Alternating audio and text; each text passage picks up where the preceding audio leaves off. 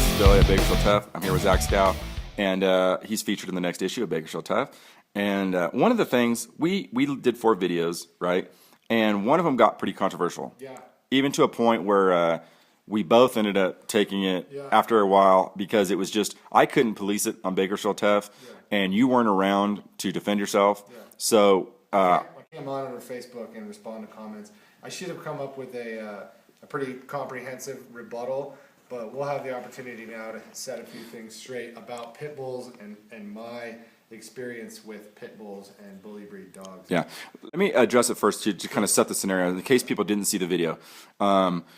You were with Julie, right? And that's what rescue center is that? That's the Bakersfield City Shelter, which is run by the SPCA. Okay. Julie's a great gal. She knows. And you work with her. Yeah. You don't work for them. You work with them. Okay, She's so been in rescue for 25 years. She knows her stuff. right.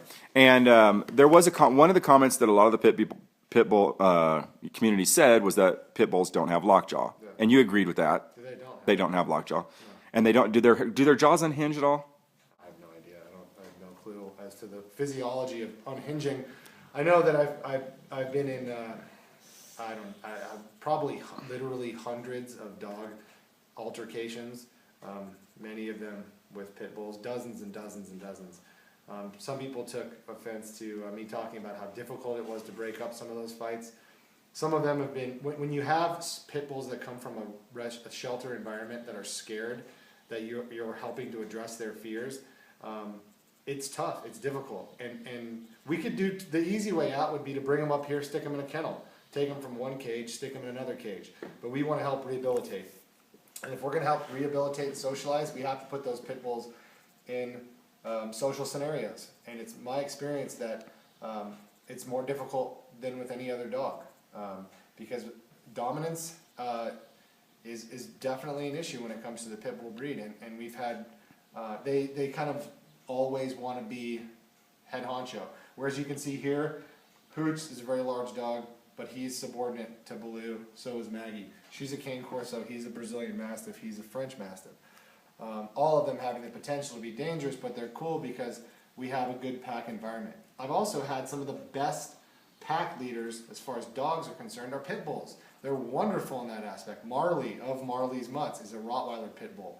Probably more pit bull than Rottweiler. And he had an uncanny ability to establish pack structure and help me keep everything harmonious. This kind of symbiotic harmony that only Marley could do. So he's a perfect example of a pit bull that was very capable of being the tip of the spear and at the same time not taking things too far.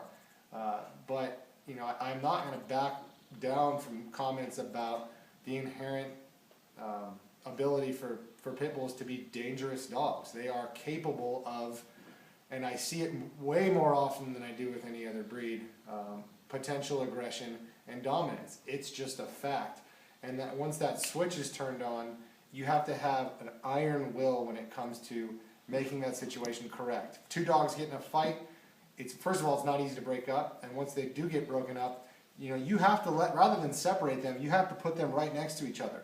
You have to illustrate, using this scenario, that you're the boss, that they may have just gotten in a fight, but you're going to stick the 2 of them together, you're going to show them that you're in charge, and they're not going to allow them to have little temper tantrums anymore. And the resolve that requires is tremendous when it comes to pit bulls. It's just very difficult. It's not impossible at all. Like I said, we've rescued over 100 pit bulls here, way over 100 pit bulls, and they've all found homes, and a lot of them were very difficult to rescue and rehabilitate because they're stubborn. It's part of their nature. It is just many pit bulls have within them a kind of pugnacious streak in them. They are pugnacious, meaning they kind of start fights. That's not to say they're fighting dogs. That's not to say that they're all looking to pick fights. That's not the case. Just consistently with the breed, many of them will challenge other dogs, and that's not saying anything bad about the breed. It's just the nature of a lot of pit bulls. You know, so I love them to death. Marley's my favorite dog on the planet Earth, and he's a pit bull. And a lot of my most favorite dogs have been pit bulls. But you know, to all those people who said that I should have been able to break up fights easier. You know, when you're dealing with a 90-pound pit bull and a 125-pound mastiff that are fighting, it's more difficult than you think. And I've tried I mean, we always get them broken up, but they can re-engage often, which is terrible. And it's difficult. It's just very hard. It's not as simple as with most dogs where you can body block and you can kind of pull them away, either lift the back legs of one of them, and you'll be okay, you know? Yeah. And you can easily establish your dominance. There's a switch flipped on that is go, go, go, go, go, go. And it's very hard to snap them out of that. One of the things too that people took, I don't want to say offense to, but people, you said that there isn't, a lot of people use these dogs as an extension of their toughness. Yeah. And that is in your answer to that, or, you know, I mean, of course, I mean, you stick with that. I mean, I don't know. All you need to do is spend, you know, immerse yourself in different elements of culture, whether it be in Los Angeles or Bakersfield, and you will see poorly behaved pit bulls on the end of a chain that are not socialized well at all. If anything, they're probably taught not to be socialized very well and harness that element of the pit bull nature, which is aggressive, because that's what people want. That's what they want. And it's a real shame because the pit bull's got enough to deal with in this world without us making it worse. And I think that a big portion of this culture wants pit bulls because they're tough looking. If I had a nickel for every dog we've had with cropped ears like this, I mean, look at Baloo's ears. They cut them off at probably 2 years old with a razor blade or something to make them look tough. And if you go to Sea Kennel at the shelter, is filled with dogs like that. Yeah. That have had their ears cut off, and because these people want their dogs to look tough. You know, it's awful, man. It's awful what we prepare. These dogs have it hard enough as it is, trying to get through the scrutiny of being pit bulls and trying to find people who are patient enough to work with them and train them and learn about them, to have people breeding them and selling them at 7 weeks old when they're easy to control and they look, you know, adorable. And then what we have on the street are a lot of terrible examples, a lot of bad ambassadors for the breed, both human and canine. And I have no problem saying that. It's completely true. Right.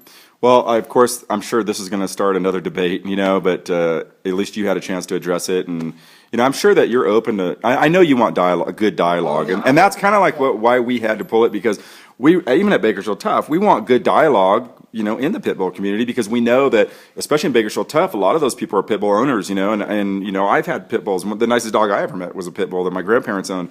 So I know that this crowd, your crowd, has a lot of pit bulls. Some of the best dogs around children, some of the best dogs around other dogs, some of the best dogs, family dogs, are pit bulls. You know, if you've taken the time to you yourself learn how to be a pack leader, there can be no better dog than a pit bull. I mean, quite honestly. But it just takes a little bit of effort. It takes some, and that's what I want to see. I want to see those dogs with those owners with well-balanced pit bulls, those balanced owners and balanced dogs out in the community, you know, bragging about their dogs and bragging about, you know, their dog in a way that showcases how wonderful they can be. You almost need them to help you get the message out, right? I mean, really. I mean, you need the good pit bull owners to, you know. Oh, absolutely, for sure. I mean, too often when you see these you know, aggressive looking pit bulls, with this visage of toughness, that's all it is. They just want their dog to look really intimidating. Simultaneously, they want themselves to look really intimidating. What does that mean? How shallow does it get? Yeah. You know, that's the extent of of what you're trying to portray, is simply physical toughness, and that doesn't mean anything. I mean, there's so many other purposes for a dog like a pit bull than to help you look tough, you know, and I see that way too often, man. Yeah. And then people have the audacity too to say, hey, no, don't get near my dog. My dog is they'll even throw out some kind of like training word, like he's been attack trained or some shit that doesn't exist. You know, he's got a certificate for, you know, ripoffyourface.com. Yeah. Which is ridiculous, man. I mean, we need people out there with balanced pit bulls to go show a lot of these scared shitless communities like in Colorado, where they have breed-specific legislation where they're literally, you know, you are discriminating against an entire breed that they can't even really prove as a breed. They're not doing DNA tests, and the term pit bull has really expanded to mean anything from, you know, basically short-haired lab size or shorter, 40 to 80 pound dogs means pit bull. Really And that's am. terrible. Yeah, I know that I frustrated a lot of people because I also didn't, the context of that was just a little conversation we were having. We didn't have all the bullet points in front of us to kind of address Yeah. accordingly. Well, I'm sure anybody could also contact you, right, if they have any questions on pit bulls or anything like that. I'm sure you're pretty open with that. Yeah, So well, let's start a dialogue on BTough's thread, and I'll repost it, and let's start tweeting Very about cool. it and posting about it and all that. awesome. Once again, this is Billy, this is Zach, and this is Bakersfield Tough. Yep.